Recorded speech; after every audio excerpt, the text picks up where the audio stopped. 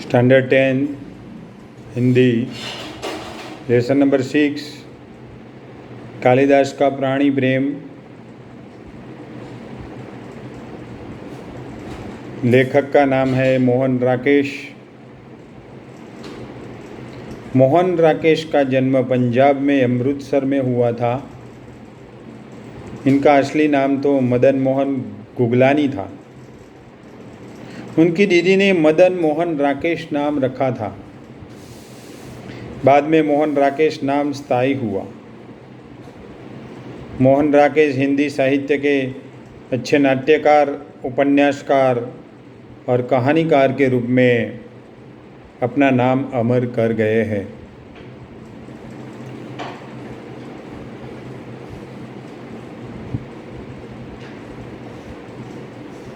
नाटक में आषाढ़ का एक दिन बहुत ही विख्यात और चर्चित नाटक रहा है। उसका एक अंश कालिदास का प्राणी प्रेम उसमें से लिया गया है। यहाँ पर आषाढ़ का एक दिन से केवल एक अंश ही कालिदास का प्राणी प्रेम शीर्षक से प्रस्तुत किया गया है। नाटक के दो प्रमुख पात्र हैं, मल्लिका और कालिदास। कालिदास बाण से घायल हरिण शावक को बचा लेता है। नाट्यकार ने यह कहना चाहा है कि अगर हम प्राण दे नहीं सकते तो किसी का प्राण लेने का अधिकार भी हमें नहीं है। मारने वाले से बचाने वाला महान होता है।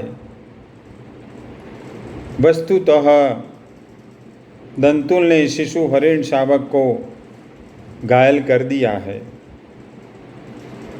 इसीलिए इस प्रकार का व्यंग बाण लेखक उस पर ही चलाते हैं। अतः यहाँ पर जीव दया की बात बताकर कालिदास का प्राणी प्रेम प्रकट किया है। पशु पक्षी हमारे मित्र है, अतः उनका हनन नहीं होना चाहिए। पर्यावरण की रक्षा के लिए पशु पक्षियों का अनन्य महत्व है। मानव जीवन विकास में प्राणियों का बड़ा योगदान है।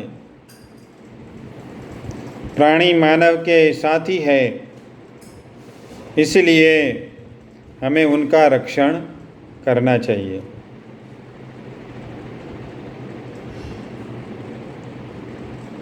तो यहाँ पर एलेसन नाटक के रूप में है।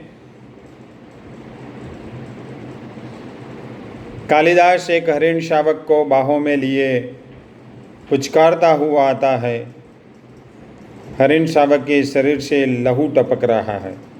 लहू यानी के खून टपक रहा है। कालिदास कहता है, हम जिएंगे हरिण शावक यानी के हिरण का बच्चा जिएंगे ना। एक बाण से आहत होकर हम प्राण नहीं देंगे। आहत शब्द का अर्थ लिखिए घायल। हमारा शरीर कोमल है। कोमल यानी के नाजुक। तो क्या हुआ, हम पीड़ा सह सकते हैं। पीड़ा यानी दुख। एक बाण प्राण ले सकता है तो अंगुलियों का कोमल स्पर्श प्राण दे भी सकता है।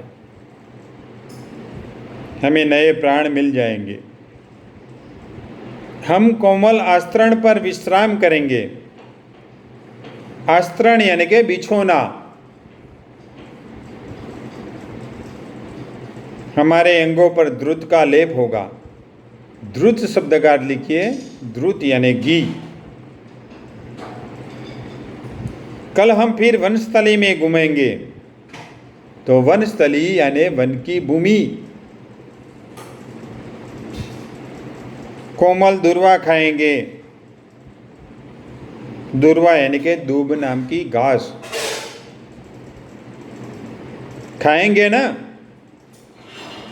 मल्लिका अपने को सहेज कर यानी कि संभाल कर द्वार की ओर जाती है। मल्लिका यह आहत हरिण शावक यानी हिरण का बच्चा, यह ऐसा कौन व्यक्ति है जिसने इसे आहत किया यानी कि घायल किया? क्या दक्षिण की तरह यहाँ भी? कालिदास, आज गांव प्रदेश में कई नई आकृतियाँ देख रहा हूँ। जरोखे के पास जाकर आसन पर बैठ जाता है। राज्य के कुछ कर्मचारी आए हैं। हरिण शावक को वक्ष यानी के छाती छटाकर थपथपाने लगता है। हम सोएंगे, हम थोड़ी देर सो लेंगे तो हमारी पीड़ा दूर हो जाएगी, यानी कि हमारा दुख दूर हो जाएगा। परंतु उससे पहले हमें थोड़ा दूध पी लेना है। मल्लिका, थोड़ा दूध हो तो किसी भाजन में ले आओ। भाजन यानी पात्र। मल्लिका, माँ ने दूध औटा कर रखा है। औटा कर यानी कि उबाल कर।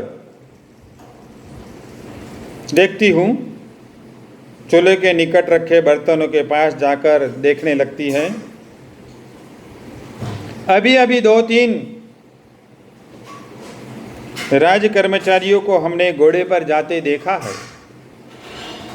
माँ कहती है कि जब भी ये लोग आते हैं कोई न कोई अनिष्ट होता है। अनिष्ट यानी कि बुरा।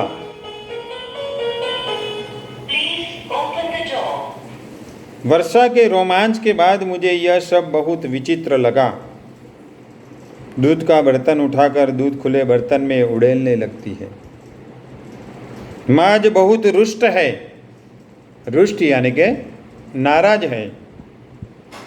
कालिदास हरिण शावक को बाहों में झुलाने लगता है।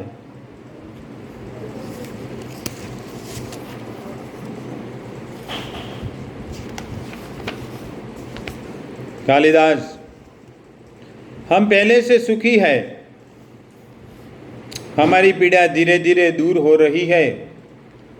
हम स्वस्थ हो रहे हैं। न जाने इसके रुई जैसे कोमल शरीर पर से बाण छोड़ते बना कैसे। एक कुलांच भरता, कुलांच भरना यानी कि चौकड़ी भरना। छलांग लगाना यानी कि मेरी गोद में आ गया। मैंने कहा तुझे वहाँ ले चलता हूँ जहाँ तुझे अपनी माँ की सी आंखें और उसको स्नेह मिलेगा। स्नेह यानी कि प्रेम मिलेगा। मल्लिका की ओर देखता है। मल्लिका दूध लिए पास आ जाती है। मल्लिका, सच माँ? माँ आज बहुत रुष्ट है। रुष्ट यानी कि नाराज। माँ को अनुमान हो गया कि, अनुमान यानी कि अंदाजा, कि वर्षा में मैं तुम्हारे साथ थी, नहीं तो इस तरह भीग कर न आती। माँ को अपवाद की बहुत चिंता रहती है। कालिदास, दूध मुझे दे दो और इसे बाहों में ले लो। दूध का भाजन उसके हाथों से ले लेता है। मल्लिका हरिण शावक को बाहों में लेकर उसका मुंह दूध के निकट ले जाती है। कालिदास भाजन को उसके और निकट कर देता है। हम दूध नहीं पिएंगे। नहीं, हम ऐसा हठ नहीं करेंगे। हठ यानी कि जिद। हम दूध अवश्य पिएंगे। राजपुरुष दंतुल ड्योढ़ी से आकर द्वार के पास रुक जाता है। क्षण भर वह उन्हें देखता रहता है। कालिदास हरिण को मुंह से दूध पिला देता है। ऐसे दंतुल बढ़कर उनके निकट आता है। दंतुल, दूध पिलाकर इसके कोमल मांस को और कोमल कर लेना चाहते हो। कालिदास और मल्लिका चौंक कर उसे देखते हैं। मल्लिका हरिण शावक को लिए थोड़ा पीछे हट जाती है। कालिदास दूध का भाजन आसन पर रख देता है। कालिदास, जहाँ तक मैं जानता हूँ हम लोग परिचित नहीं हैं। तुम्हारे एक अपरिचित घर में आने का साहस कैसे हुआ? दंतुल एक बार मल्लिका की ओर देखता है, फिर कालिदास की ओर देखता है। दंतुल, कैसी आकस्मिक यानी कि अचानक, यो ही, सहसा या तो एकाएक बात है कि ऐसा ही प्रश्न मैं तुमसे पूछना चाहता था।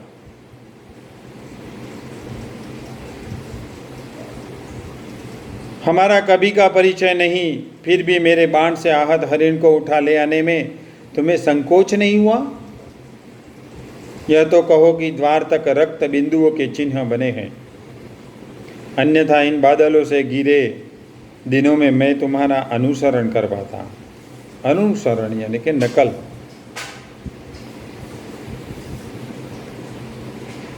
कालिदास, देख रहा हूं कि तुम इस प्रदेश के निवासी नहीं हो। दंतुल व्यंग्यात्मक हंसी हंसता है। दंतुल, मैं तुम्हारी दृष्टि की प्रशंसा करता हूँ।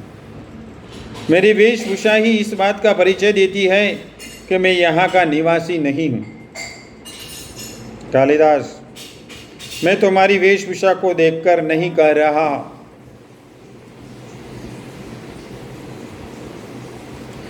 दंतुल, तो क्या मेरे ललाट की रेखाओं को देखकर? ललाट यानी कि मस्तक। जान पड़ता है चोरी के अतिरिक्त यानी के अलावा समुद्र का भी अभ्यास करते हो। मल्लिका चोट खाई सी कुछ आगे आती है। मल्लिका, तुम्हें ऐसा लांछन लगाते लज्जा नहीं आती? लज्जा यानी के शर्म। दंतुल, क्षमा चाहता हूँ देवी, परंतु यह हरिण शावक जिसे बाहों में लिए है मेरे बाण से आहत हुआ है, इसलिए यह मेरी संपत्ति है। मेरी संपत्ति मुझे लौटा दो।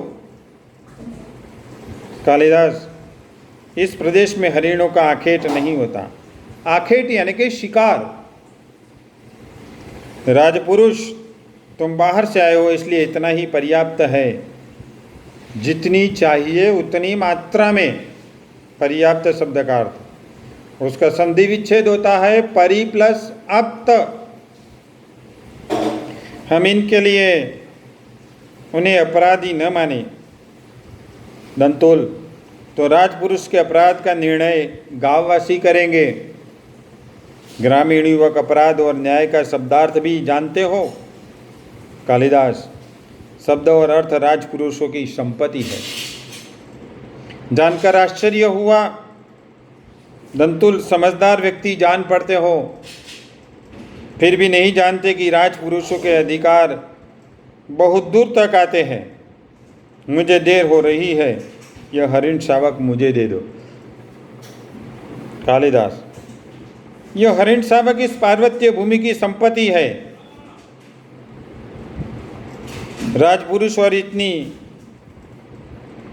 पार्वत्य भूमि के निवासी हम इसके सजाती है। तुम यह सोचकर भूल कर रहे हो कि हम इसे तुम्हारे हाथ में सौंप देंगे। मल्लिका इसे अंदर ले आकर तल्प पर या किसी आस्तरण पर। अंबिका सहसा अंदर से आती है। अंबिका, इस घर के तल्प और आस्तरण हरिण शावकों के लिए नहीं है। तल्प यानी कि सैया, दूसरे अर्थ में अटारी भी कह सकते हैं। आस्तरण यानी कि बिसोना। मल्लिका, तुम देख रही हो माँ? अंबिका, हाँ देख रही हूँ, इसलिए तो कह रही हूँ। तल्प और आस्तरण मनुष्यों के सोने के लिए है, पशुओं के लिए नहीं। कालिदास, इसे मुझे दे दो मल्लिका। दूध का भाजन नीचे रख देता है और बढ़कर हरिण शावक को अपनी बाहों में ले लेता है। इसके लिए मेरी बाहों का आस्तरण ही पर्याप्त होगा। मैं इसे घर ले जाऊंगा। द्वार की ओर चल देता है। दंतुल और राजपुरुष दंतुल तुम्हें ले जाते देखता रहेगा। कालिदास, यह राजपुरुष की रुचि पर निर्भर करता है। निर्भर यानी कि आधार या तो आधारित। बिना उसकी ओर देखे डोडी में चला जाता है। डोडी यानी दरवाजा। दंतुल, राजपुरुष की रुचि अरुचि क्या होती है? संभवतः इसका परिचय तुम्हें देना आवश्यक होगा। कालिदास बाहर चला जाता है। केवल उसका शब्द ही सुनाई देता है। कालिदास कहता है संभवतः। दंतुल संभवतः तलवार की मुठ पर हाथ रखे उसके पीछे जाना चाहता है। मल्लिका शीघ्रता से यानी कि जल्द से द्वार के सामने खड़ी हो जाती है। मल्लिका, ठहरो राजपुरुष हरिण शावक के लिए हठ मत करो। हठ यानी जिद। तुम्हारे लिए प्रश्न अधिकार का है, उनके लिए संवेदना का। कालिदास निःशस्त्र होते हुए भी तुम्हारे शस्त्र की चिंता नहीं करेंगे। दंतुल, कालिदास, तुम्हारा अर्थ है कि मैं जिनसे हरिण शावक के लिए तर्क कर रहा था, तर्क यानी कि दलील, वे कवि कालिदास है। मल्लिका, हाँ हाँ, परंतु तुम यह कैसे जानते हो कि कालिदास कवि है? दंतुल, कैसे जानता हूँ? उज्जैनी की राज्यसभा का प्रत्येक व्यक्ति ऋतु संहार के लेखक कवि कालिदास को जानता है। मल्लिका, उज्जैनी की राज्यसभा का प्रत्येक व्यक्ति उन्हें जानता है? दंतुल, सम्राट ने स्वयं ऋतु संहार पढ़ा और उसकी प्रशंसा भी की है। इसलिए आज उज्जैनी का राज्य ऋतु संहार के लेखक का सम्मान करना और उन्हें राजकवि का सम्मान देना चाहता है। आचार्य वरुचि इसी उद्देश्य से उज्जैनी से यहाँ आए हैं। मल्लिका सुनकर स्तंभित सी हो रही है। मल्लिका, उज्जैनी का राज्य उन्हें सम्मान देना चाहता है, राजकवि का आसन। दंतुल, मुझे खेद है। खेद यानी कि दुख है। मैंने उनके साथ अशिष्टता का व्यवहार किया। मुझे जाकर उनसे क्षमा मांगनी चाहिए। तो यहाँ पर लेसन पूरा होता है। तो उसके स्वाध्याय की चर्चा हम करेंगे। तो स्वाध्याय में पहला प्रश्न है, निम्नलिखित प्रश्नों के नीचे दिए गए विकल्पों में से सही विकल्प चुनकर उत्तर लिखिए। तो एक प्रश्न दिया गया है, उसका 4 ऑप्शन दिया गया है। तो 4 में से सही आंसर कौन सा है वो आपको बताने का है। तो उसमें पहला प्रश्न है, हरिण शावक इनमें से किसके बाणों से घायल हुआ था? कालिदास, मल्लिका, दंतुल, अंबिका। तो उसमें सही आंसर आएगा दंतुल। नंबर 2, कालिदास हरिण शावक के अंगों पर खाली जगह का लेप लगाना चाहता है। हवाई, तेल, मरहम, द्रुत। तो द्रुत यानी कि घी का लेप लगाना चाहता है। नंबर 3, मेरी वेशभूषा की इस बात का परिचय देती है कि मैं यहाँ का निवासी नहीं हूँ। यह वाक्य कौन किससे कहता है? तो उसमें पहला ऑप्शन है कालिदास दंतुल से, दंतुल कालिदास से, मल्लिका दंतुल से, दंतुल मल्लिका से। तो उसमें दूसरा ऑप्शन है दंतुल कालिदास के। नंबर 4, उज्जैनी की राज्यसभा का प्रत्येक व्यक्ति कालिदास को किस लिए जानता है? तो इसमें पहला ऑप्शन है ऋतु संहार के लिए, गीत संहार के लिए, संगीत संहार के लिए, नाट्य संहार के लिए। तो उसमें पहले वाला ऑप्शन है ऋतु संहार के लिए। दूसरा प्रश्न है, निम्नलिखित प्रश्नों के उत्तर एक एक वाक्य में लिखिए। कालिदास कौन थे? तो कालिदास संस्कृत भाषा के महाकवि थे। दूसरा प्रश्न, हिरण शावक किसके बाणों से घायल हुआ था? तो हिरण शावक यानी कि हिरण का बच्चा दंतुल के बाणों से घायल हुआ था। तीसरा प्रश्न है, कालिदास हिरण को कहाँ ले गए? कालिदास हिरण को मल्लिका के घर ले गए। चौथा प्रश्न, अंत में दंतुल ने कालिदास को कैसे पहचाना? तो अंत में दंतुल ने मल्लिका द्वारा परिचय पाकर कालिदास को पहचाना। तीसरा प्रश्न है, निम्नलिखित प्रश्नों के 2-3 वाक्य में उत्तर लिखिए। उसमें 5 प्रश्न दिए गए हैं, तो एक बार अच्छी तरह से लेसन रीड कर जाने का और समझकर ये 5 प्रश्नों का आंसर आपको स्वयं लिखना पड़ेगा। और चौथा प्रश्न लॉन्ग आंसर के रूप में 3 प्रश्न दिए गए हैं, वो भी आपको स्वयं लिखने का है। उसके बाद 5वां प्रश्न शायद आप नहीं लिखेंगे तो चलेगा। उसके बाद क्वेश्चन नंबर 6 है, शब्द का अर्थ बताकर वाक्य में प्रयोग कीजिए। तो आस्तरण शब्द का अर्थ होता है बिछोना, रुष्ट शब्द का अर्थ होता है नाराज, दुर्वा शब्द का अर्थ होता है दूब, आखेट यानी के शिकार। अब विशेषण, तो शरीर का विशेषण शारीरिक, गांव का विशेषण गव्वार, प्रदेश का विशेषण प्रादेशिक,